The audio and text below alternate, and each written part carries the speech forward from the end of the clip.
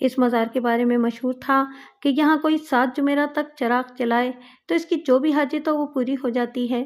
لوگ دور دراز کے علاقوں سے آتے اور منتیں مانتے۔ ان میں دیہاتی زیادہ ہوتے، لیکن پڑھے لکھے اور شہری حضرات بھی خاصی تعداد میں آتے تھے۔ لوگ اللہ کے بعد پیر صاحب کو مانتے تھے۔ مختصر یہ کہ میں اس کے بعد پیر صاحب کے درشن کو نہ کیا۔ ایک روز صبح سویرے تھانے اطلاع آئی کہ گاؤں کی جنوبی سے ایک کھڈ میں کسی آدمی کی لاش پڑی ہے۔ مجھے اطلاع ملی تو میں فوراً تیار ہو کر تھانے پہنچ گیا۔ اطلاع نمبردار خود لے کر آیا تھا۔ اس کے ساتھ ایک دیہاتی تھا۔ اس کے بارے میں بتایا گیا کہ لاش اس نے دیکھی ہے۔ میں نے اس دیہاتی سے کچھ باتیں پوچھیں اور یہ یقین کر لینے کے بعد کہ اس آدمی نے انسانی لاش ہی دیکھی ہے، 2 کانسٹیبلوں کو ساتھ لے کر موقع واردات کی طرف چل پڑا۔ گاؤں کی جنوبی سمت کچھ زمین اونچی نیچی تھی اور قابل کاشت بھی نہیں تھی۔ اس طرف کم ہی لوگ آتے جاتے تھے۔ عام طور پر گاؤں کے لوگ رفع حاجت کے لیے کھیتوں کا رخ کرتے تھے اور کبھی کبھار کوئی آدمی رفع حاجت کے لیے ان کھڈوں کا رخ بھی کر لیتا تھا۔ یہ دیہاتی جس نے لاش دیکھی تھی، رفع حاجت کی نیت سے اس طرف جا نکلا تھا۔ ابھی وہ کھڈ کے اندر اترا نہیں تھا کہ اوپر سے اس کی نظر لاش پر پڑی۔ اس نے ذرا غور سے دیکھا اور جب اسے یقین ہو گیا کہ کھڈ میں پڑا ہوا آدمی زندہ نہیں ہے تو وہ سیدھا نمبردار کے گھر گیا اور اسے لاش کے بارے میں بتایا۔ نمبردار اسے لے کر تھانے آ گیا۔ وہ آدمی ہمیں اس جگہ لے گیا جہاں سے اسے لاش نظر آئی تھی۔ میں نے دیکھا 15-16 فٹ گہرائی میں ایک آدمی کی لاش پیٹ کے بل پڑی تھی۔ اس نے سلیٹی رنگ کی قمیض اور سفید شلوار پہن رکھی تھی۔ ایک طرف نیچے اترنے کے لیے ڈھلوان سی بنی ہوئی تھی۔ میں وہاں سے نیچے اتر کر لاش کے پاس چلا گیا۔ لاش کی پشت اوپر تھی اور قمیض خون آلود نظر آ رہی تھی۔ میں نے قریب بیٹھ کر غور سے دیکھا۔ لاش کے شولڈر بلیڈ کے قریب ایک گہرا زخم نظر آ رہا تھا۔ میرا تجربہ یہ کہتا تھا کہ یہ کلہاڑی کا زخم ہے۔ لاش سے چند گز پرے ایک جوتی الٹی پڑی ہوئی تھی اور چند رنگین چوڑیوں کے ٹکڑے بکھرے ہوئے نظر آ رہے تھے۔ میں نے چوڑیوں کے ٹکڑے اکٹھے کر کے اپنے رومال میں لپیٹ کر جیب میں ڈال لیے۔ جوتی زنانہ تھی اور بائیں پاؤں کی تھی۔ یہ چمڑے کی بنی ہوئی تھی اور اس پر تلے کی تاروں سے بیل بوٹے بنے ہوئے تھے۔ ایسی جوتیاں دیہات میں عام استعمال ہوتی ہیں اور انہیں خصا بھی کہا جاتا ہے۔ جوتی کی حالت بتا رہی تھی کہ زیادہ پرانی نہیں ہے اور چند ماہ پہلے ہی بنوائی گئی ہے۔ چوڑیوں کے ٹکڑے اور زنانہ جوتی چائے واردات پر عورت کی موجودگی کو ثابت کر رہی تھی اور یہ بھی کہ قتل کا باعث عورت ہی ہے۔ میں نے ارد گرد کھروں کا بڑی باریک بینی سے مشاہدہ کیا۔ وہاں کھرے آپس میں گٹمٹ ہو رہے تھے۔ اس سے ظاہر ہوتا تھا کہ وہاں اچھی خاصی دھینگا مشتی ہوئی ہے۔ کچھ کھرے صاف تھے۔ مقتول کے پاؤں میں پشاوری چپل تھی اور اس کے کھرے الگ صاف پہچانے جا سکتے تھے۔ دوسرا کھرا زنانی جوتی کا تھا۔ ان دونوں کھروں کے علاوہ بھی ایک مردانہ جوتے کا کھرا تھا۔ یہ قاتل کا کھرا تھا۔ یہ کھرا ایسا ہی تھا جیسے دیہات میں لوگ عام طور پر جوتے استعمال کرتے ہیں۔ اس میں کوئی خاص بات بھی نہیں تھی جو اسے دوسروں سے الگ کرتی۔ بہرحال میں نے اس کو ذہن میں محفوظ کر لیا۔ اس کے بعد میں نے نمبردار، اطلاع لانے والے آدمی اور دونوں کانسٹیبلوں کو اپنے پاس بلا لیا۔ میں نے اطلاع لے کر آنے والے آدمی سے کہا کہ وہ گاؤں سے 2-3 معززین کو بلا لائے۔ اس کے جانے کے بعد میں نے کانسٹیبلوں سے کہا کہ وہ لاش کو پشت کے بل کر دیں۔ پشت کا زخم ایسا نہیں تھا کہ موت کا باعث بن سکتا۔ مجھے یقین تھا کہ لاش کے سینے اور پیٹ پر خاصے کاری زخم ہوں گے۔ لاش کو سیدھا کیا گیا تو میرے اندازے کی تصدیق ہو گئی۔ لاش کے سامنے والے حصے میں گردن پر ہنسلی کی ہڈی کے قریب کلہاڑی کا گہرا زخم نظر آ رہا تھا اور خاصی گردن بھی کٹ گئی تھی۔ خون بہہ بہہ کر جم گیا تھا۔ ایک زخم سینے پر بائیں طرف پسلیوں پر تھا۔ یقیناً 1-2 پسلیاں کٹ گئی ہوں گی۔ اس کے علاوہ کلہاڑی کے وار کا ایک زخم مقتول کے بائیں بازو پر کونی سے ذرا ادھر لگا تھا۔ یہ زخم اس وقت لگا ہوگا جب مقتول نے کلہاڑی کا پہلا وار روکنے کے لیے بایاں بازو آگے کیا ہوگا۔ موت کا باعث گردن پر لگنے والا گہرا زخم بنا ہوگا۔ مقتول کی عمر 30-32 برس کے لگ بھگ ہوگی۔ وہ گورے چٹے رنگ اور دبلے پتلے جسم کا مالک تھا۔ اس کا چہرہ مٹی میں لتھڑا ہوا تھا۔ خوبصورت جوان تھا، لیکن کسی کی بہن یا بیوی سے ناجائز تعلقات کی وجہ سے حرام موت مارا گیا تھا۔ میں نے نمبردار کو آگے آ کر لاش شناخت کرنے کو کہا۔ اس نے قریب آ کر لاش کا چہرہ دیکھا اور فوراً پہچان لیا۔ یہ تو جیلا ہے، نمبردار نے فوراً کہا۔ جیلا کون؟ میں نے نمبردار سے پوچھا۔ اس کا اصل نام جمیل ہے، نمبردار نے کہا۔ لوگ اسے جیلا کہتے ہیں، چھوٹے موٹے جرائم کرتا تھا اور ایک بار 6 ماہ جیل میں سزا بھی کاٹ چکا ہے۔ جیلا کے بارے میں مجھے مزید معلومات تھانے کے ریکارڈ سے مل سکتی تھی، اس لیے میں نے نمبردار سے مزید کچھ نہ پوچھا۔ اتنے میں وہ آدمی جسے میں نے گاؤں سے معززین کو لانے کے لیے بھیجا تھا 2 آدمیوں کو ساتھ لے کر آ گیا۔ میں نے موقع پر جو کاغذی کارروائی کرنی تھی وہ کی، نقشہ صورت حال مرتب کیا اور قانونی طور پر لاش کو اپنے قبضے میں لے لیا۔ اس کے بعد میں نے نمبردار کی مدد سے لاش کو ایک کانسٹیبل کے ساتھ پوسٹ مارٹم کے لیے قریبی شہر کے سرکاری اسپتال بھجوا دیا، جو وہاں سے 25-26 میل دور تھا۔ اس کے بعد میں وہاں سے واپس تھانے میں آ گیا۔ تھانے میں آ کر میں نے اس کیس کی فائل تیار کی اور چھوٹی سے چھوٹی بات نوٹ کر لی۔ اس کے بعد میں نے ASI کو بلا کر اس کیس کے متعلق بتایا۔ پھر میں نے اسے بتایا کہ مقتول کا نام جیلا ہے اور وہ سزا یافتہ بھی ہے۔ میں نے ASI سے کہا کہ وہ جیلے کا ریکارڈ نکال کر مجھے اس کے بارے میں تفصیل سے بتائے۔ ASI نے اس کے متعلق پہلے سے ہی جانتا تھا۔ اس نے جیلے کا ریکارڈ تلاش کر کے مجھے جو کچھ بتایا، اس کے مطابق جیلا میرے تھانے کے علاقے کے ایک گاؤں کا رہنے والا تھا۔ اس کے ماں باپ مر چکے تھے اور کوئی آگے پیچھے نہیں تھا۔ 1.5-2 سال پہلے اس گاؤں میں آ گیا تھا اور مزار کے ارد گرد گھومتا رہتا تھا، وہیں لنگر سے روٹی لے کر کھا لیتا۔ پھر آہستہ آہستہ اس کا اٹھنا بیٹھنا جرائم پیشہ لوگوں کے ساتھ ہو گیا اور چھوٹی موٹی چوری چکاری یا جیب تراشی کی وارداتیں کرنے لگا۔ 1-2 مرتبہ لڑائی جھگڑے میں زخمی بھی ہوا اور پھر ایک بھینس کی چوری کے الزام میں پکڑا گیا اور 6 ماہ کی سزا کاٹ کر آیا تھا۔ میں نے سوچا کہ ضرور جیلے نے گاؤں کی کسی لڑکی کے ساتھ دوستی گانٹھ لی ہوگی اور چوری چھپے اس سے ملتا ہوگا۔ کسی طرح لڑکی کے باپ یا بھائی کو اس کے ناجائز تعلقات کا علم ہو گیا اور وہ موقع کی تلاش میں رہے۔ رات کو اس نے موقع پر دونوں کو لگے ہاتھوں پکڑ لیا اور جیلے کو موقع پر ہی مار ڈالا، جبکہ لڑکی جان بچا کر بھاگ نکلنے میں کامیاب ہو گئی۔ یہ سب مفروضہ تھا، ضروری نہیں کہ ایسا ہی ہوا ہو جیسا میں نے سوچا تھا۔ میرے اندازے غلط بھی ہو سکتے تھے۔ یہ بات بڑی اہم تھی کہ قاتل نے اگر غیرت کے جوش میں یہ قتل کیا ہے تو پھر اس نے لڑکی کو کیوں چھوڑ دیا؟ یہ سوچا جا سکتا تھا کہ لڑکی اس وقت موقع ملنے پر بھاگ گئی جب قاتل جیلے کو مار رہا تھا۔ اب سوال پیدا ہوتا تھا کہ کیا قاتل نے گھر پہنچنے کے بعد لڑکی کو چھوڑ دیا ہوگا یا لڑکی کو بھی مار دیا ہوگا؟ اگر لڑکی بھی مر گئی تھی تو پھر اس قتل کا سراغ لگانا تقریباً ناممکن ہی تھا۔ ایک لحاظ سے یہ ایک اندھا قتل تھا، صرف جائے واردات پر موجود لڑکی جانتی تھی کہ قاتل کون ہے۔ اس طرح میں اس نتیجے پر پہنچا کہ میرا اس لڑکی تک پہنچنا بہت ضروری ہے اور اس لڑکی تک پہنچنے کے لیے میرے پاس اس کی جوتی کا ایک پاؤں اور چوڑیوں کے چند ٹکڑے تھے۔ مجھے یہ کام خاصا مشکل نظر آ رہا تھا۔ میں یہ بھی نہیں کر سکتا تھا کہ گاؤں کی ہر لڑکی کو بلا کر پوچھ گچھ کرتا اور ان کی جوتیاں اور چوڑیاں چیک کرتا۔ آخرکار بہت سوچ سمجھ کر میں نے مخبروں کو استعمال کرنے کا فیصلہ کیا۔ میں نے تمام مخبروں کو بلا کر جوتی کا بایاں پاؤں اور چوڑیوں کے ٹکڑے دکھا کر سمجھایا کہ انہوں نے کیا کرنا ہے۔ مخبروں میں 2 ایسی عورتیں بھی تھیں جو لوگوں کے گھروں میں صفائی ستھرائی اور برتن مانجنے کا کام کرتی تھیں۔ ان کو میں نے خاص طور پر کہا کہ وہ ہر گھر پر نظر رکھیں۔ مرد مخبروں نے اپنی عورتوں کو بھی اس کام پر لگا دیا۔ مختصر یہ کہ میں نے ایسا انتظام کر دیا کہ پورے علاقے میں مخبر عورتوں اور مردوں کو پھیلا دیا۔ شام تک پوسٹ مارٹم رپورٹ آ گئی۔ اس میں موت کا باعث زیادہ خون بہہ جانا لکھا گیا تھا۔ زخموں کی تفصیل وہی تھی جو میں پہلے بتا چکا ہوں، اس میں صرف یہ اضافہ تھا کہ زخموں کی گہرائی اور سائز بھی لکھا گیا تھا۔ موت کا وقت اندازاً رات 10 بجے کے بعد کا لکھا گیا تھا۔ مقتول کے معدے میں نیم ہضم شدہ خوراک پائی گئی تھی۔ اس کا مطلب یہ تھا کہ مقتول نے رات کا کھانا 8 بجے کے قریب کھایا ہوگا۔ چونکہ مقتول جیلا لاوارث تھا، اس لیے میں نے ضروری کارروائی کے بعد لاش کو لاوارث قرار دے کر دفن کرا دیا۔ اب مجھے بڑی بے چینی سے مخبروں کی طرف سے کسی خبر کا انتظار تھا۔ اس دوران میں نے مقتول جیلا کے قریبی دوستوں کو بھی تھانے میں بلا کر پوچھ گچھ کی۔ یہ 2 آدمی تھے جن کا مقتول کے ساتھ زیادہ اٹھنا بیٹھنا تھا۔ یہ دونوں بھی جواری تھے اور بھنگ چرس کے عادی۔ تھانے بلائے جانے پر وہ بہت خوفزدہ نظر آ رہے تھے۔ اس کی وجہ یہ تھی کہ ایسے لوگوں سے پولیس والوں کا سلوک کچھ اچھا نہیں ہوتا۔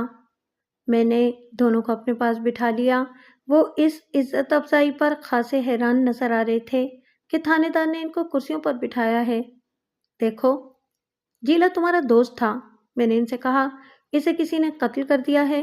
میں تمہارے دوست کے قاتل کو پکڑ کر پھانسی پر لٹکانا چاہتا ہوں اور اس کے لیے مجھے تمہاری مدد کی ضرورت ہے۔ آپ حکم کریں ملک صاحب، ایک نے بڑے فتویانہ انداز میں سینے پر ہاتھ رکھ کر کہا۔ ہم کیا کر سکتے ہیں؟ وہ کسی عورت کے چکر میں قتل ہوا ہے، میں نے کہا۔ تمہاری اس کی یاری تھی، اس نے ضرور تمہیں بتایا ہوگا کہ اس کی کسی عورت کے ساتھ دوستی ہے اور وہ اس سے ملنے جاتا ہے۔ ہاں جی، دوسرے نے کہا، وہ اکثر بتایا کرتا تھا کہ ایک عورت اس کے ساتھ پھنس گئی ہے اور وہ اس سے چوری چھپے ملتا ہے۔ پھر تو تم یہ بھی جانتے ہوگے کہ وہ کس سے ملنے جاتا تھا؟ میں نے پوچھا۔ نہیں ملک صاحب، پہلے نے کہا، وہ بڑا گھنا تھا جی۔ اس نے ہمارے بڑے اصرار کے باوجود بھی اس عورت کے متعلق نہیں بتایا تھا۔ اس کا خیال تھا کہ ہماری وجہ سے بات پھیل جائے گی اور اس کی دوستی بھی ختم ہو جائے گی۔ ویسے وہ بڑا چرب زبان آدمی تھا جی، دوسری نے کہا۔ عورتوں سے دوستیاں لگانے کا شوقین تھا اور انہیں شیشے میں اتارنے کا فن جانتا تھا۔ میں نے تو اسے کئی بار کہا تھا کہ وہ ضرور کسی دن عورت کے چکر میں مارا جائے گا۔ دیکھ لیں، ایسا ہی ہوا ہے۔ ان کا جواب سن کر مجھے جو تھوڑی بہت امید تھی کہ جائے واردات پر موجود عورت کا سراغ مل جائے گا، وہ بھی اب ختم ہو گئی۔ مجھے خیال آیا کہ ہو سکتا ہے اس کی کسی کے ساتھ دشمنی ہو اور مخالف نے موقع دیکھ کر اس کو پکڑ کر قتل کر دیا ہو۔ میں نے جیلے کے دوستوں سے پوچھا کہ اس کی کسی کے ساتھ دشمنی تو نہیں تھی یا گزشتہ دنوں کسی کے ساتھ لڑائی جھگڑا ہوا ہو؟ دونوں نے ایک جیسا جواب دیا کہ وہ لڑنے پھرنے والا آدمی نہیں تھا اور لڑائی سے بھاگتا تھا۔ اس کا آگے پیچھے تو کوئی تھا نہیں، ایک نے کہا۔ جوئے اور چوری چکاری سے جو کچھ کماتا وہ عورتوں کو کھلاتا یا خود ہی عیش کرتا تھا۔ ان دونوں آدمیوں سے میں نے بہت سے سوال پوچھے لیکن مجھے کچھ حاصل نہ ہوا۔ یہ قتل میرے لیے درد سر بن گیا تھا۔ قتل کو 2 دن گزر گئے تھے اور میں ابھی تک تفتیش کے لیے کوئی لائن اختیار نہیں کر سکا تھا۔ میں نے چوکیدار کو بھی بلا کر اس سے پوچھ گچھ کی تھی لیکن وہ بھی کچھ نہ بتا سکا تھا۔ اب میری تفتیش کا دار و مدار مخبروں کی کارگزاری پر تھا اور کوئی ابھی تک کام کی اطلاع لے کر نہیں آیا تھا۔ یہ قتل کے بعد تیسرے دن کی بات ہے۔ آدھا دن گزر چکا تھا۔ جیلے کے قتل کے سلسلے میں کوئی پیش رفت نہیں ہوئی تھی۔ اس دوران میں دوسرے کیس بھی نپٹا رہا تھا مگر میرا ذہن بار بار اسی لڑکی کی طرف جا رہا تھا کہ وہ کون ہو سکتی ہے۔ میں اس امکان پر بھی سوچنے لگا تھا کہ ہو سکتا ہے جائے واردات سے بھاگ جانے والی لڑکی کا تعلق اس گاؤں سے نہ ہو بلکہ وہ کسی قریبی گاؤں سے آئی ہو۔ میرا ذہن اس بات کو تسلیم کرنے پر آمادہ نہیں ہو رہا تھا۔ کسی لڑکی کا اتنی دور رات کے اندھیرے میں ویران جگہ پر آ کر کسی مرد سے ملنا ممکن نہیں تھا۔ میں ابھی اسی ادھڑ بن میں تھا کہ ایک مخبر عورت میرے پاس آ گئی۔ اس کا چہرہ کسی اندرونی جوش سے دمک رہا تھا۔ یہ تقریباً 35-36 سال کی عورت تھی۔ اس کا خاوند پکا جواریہ تھا اور بھنگ باقاعدگی سے پیتا تھا۔ اگر کبھی جوئے میں جیت جاتا تو بیوی کو عیش کرا دیتا ورنہ اس کی جان کو آیا رہتا۔ شوہر کی حرکتوں سے تنگ آ کر اس نے خوشحال گھروں میں جھاڑو اور برتن مانجنے کا کام شروع کر دیا تھا۔ اس کے علاوہ وہ عورتوں کی مٹھی چاپی بھی کرتی تھی اور اس سے خوش ہو کر وہ اسے کچھ نہ کچھ دے دیتی تھیں۔ اس طرح اچھے خاصے پیسے کما لیتی تھی۔ اس کا نام رانی تھا۔ اس کے چہرے پر نظر آنے والے جوش و خروش کو دیکھ کر میں سمجھ گیا کہ وہ کوئی کام کی بات معلوم کر کے آئی ہے۔ میں نے اسے پوچھا کہ وہ کیا خبر لائی ہے۔ آج تو آپ سے انعام لوں گی تھانے دار جی، اس نے مسکرا کر کہا۔ فضول باتیں نہ کرو اور کام کی بات کرو، میں نے سرد مہری سے کہا۔ اگر انعام والا کام ہوا تو انعام بھی ملے گا۔ رانی نے اپنے بدن پر لپٹی ہوئی چادر کے پلو کو سامنے کیا جو اس کی پشت کی طرف جھول رہا تھا۔ میں نے دیکھا اس میں کوئی چیز بندھی ہوئی تھی۔ اس نے وہ چیز کھول کر میری میز پر رکھ دی۔ یہ زنانہ جوتی کا دایاں پاؤں تھا۔ دیکھ لیں، یہ وہی ہے، رانی نے کہا۔ میں نے پہلی نظر میں ہی دیکھ لیا تھا کہ یہ بالکل ویسی ہی جوتی ہے جیسی جائے واردات سے ملی تھی۔ میں نے رانی کی بات کا کوئی جواب دیے بغیر بڑی تیزی سے اٹھ کر الماری سے جائے واردات سے ملنے والی جوتی کا بایاں پاؤں نکالا اور میں اس پر پڑے ہوئے دائیں پاؤں کے ساتھ رکھ دیا۔ جوتی کا جوڑا مکمل ہو گیا تھا۔ دونوں جوتیوں میں کوئی فرق نہیں تھا۔ سائز اور ڈیزائن بالکل ایک تھا۔ اس بات میں اب کوئی شک نہیں رہا کہ رانی جو جوتی کا دایاں پاؤں لے کر آئی ہے وہ جائے واردات پر پائی جانے والی بائیں جوتی کا حصہ ہی ہے۔ یہ جوتی تمہیں کہاں سے ملی ہے؟ میں نے رانی سے پوچھا۔ کوڑے کے ڈھیر سے، رانی نے کہا۔ میں نے رانی سے کہا کہ وہ پوری بات تفصیل سے سنائے۔ اس نے بتایا کہ گاؤں کے ایک طرف ایک بڑا پرانا جوہڑ بنا ہوا تھا جس میں اکثر گاؤں والوں کی بھینسیں بیٹھی رہتی تھیں۔ اس جوہڑ کے کنارے کوڑے کرکٹ کا ڈھیر لگا ہوا تھا۔ رانی اس دن وہاں کوڑا پھینکنے گئی تو اسے کوڑے کے ڈھیر پر یہ جوتی پڑی نظر آ گئی۔ اسے چونکہ پہلے ہی قتل کی واردات کا علم تھا اور جوتی کا سراغ لگانے کے لیے کہا گیا تھا اور اسے اس جوتی کی تلاش تھی، اس نے فوراً جوتی اٹھا لی۔ جوتی تو مل گئی تھی لیکن جوتی والی کا سراغ لگانا ضروری تھا ورنہ جوتی بیکار تھی، اور یہ سراغ رسانی رانی نے خود کرنی تھی۔ رانی ذہین اور جہاں دیدہ تھی اور استادی چکر کھیلنا جانتی تھی۔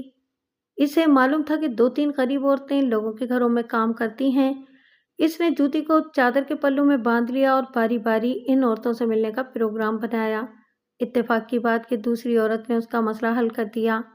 رانی نے اسے جوتی دکھا کر کہا، دیکھو کیسی ایک نئی جوتی کا پیر کوڑے کے ڈھیر سے ملا ہے، شاید دوسرا بھی مل جائے، تم بھی خیال رکھنا۔ شاید دوسرے پاؤں کو تو بھول ہی جاؤ، اس عورت نے کہا، یہ تو میں نے اپنے ہاتھوں سے کوڑے میں پھینکا تھا۔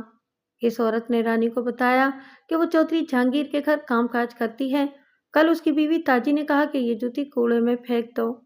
اس عورت نے کہا کہ کتنی خوبصورت اور نئی جوتی ہے، اس کا دوسرا پاؤں ہو تو مجھے ہی دے دیں۔